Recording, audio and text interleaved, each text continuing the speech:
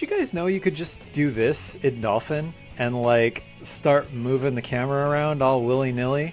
I just found that out recently, and I think it's pretty cool. I figured I'd take advantage of this feature and take a look at Mr. Metal Overlord here. Now, unfortunately, I can't give you his exact triangle count using this method, and as far as I can tell, no one's ripped this model from the game yet, but at least we can look up real close and personal at him. So first we'll start with a far away overview. You can see he's like kind of dangling above all these metal tubes and whatnot. For a GameCube, PS2, and Xbox era model, this is really detailed. There's a lot going on here. His head in particular is very rounded. I feel like it's really pushing the hardware to its limits. You can see even if we go behind his mask here, he's got individually modeled teeth. Of course, you are going to be looking at this guy from all three of these platforms, so I can see why they'd want him to look good from every angle. But this is just the first stage of the fight. Let's take a look at the second stage as well.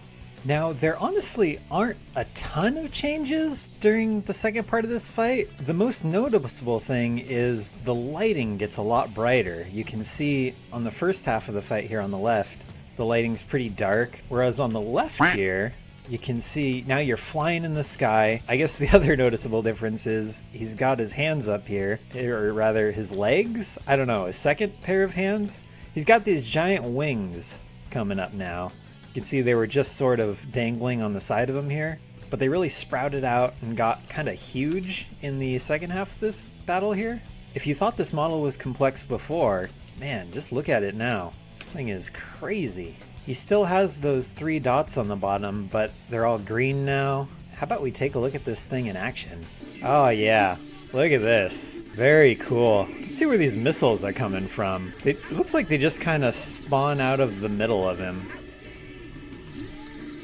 Oh, I forgot about this part. Look at that. That is so cool. Man, they just don't make them like this anymore. I like how it just disappears after a little bit. Let's see what this Team Blast section looks like. Oh, they really are just in a big empty purple world. How about that?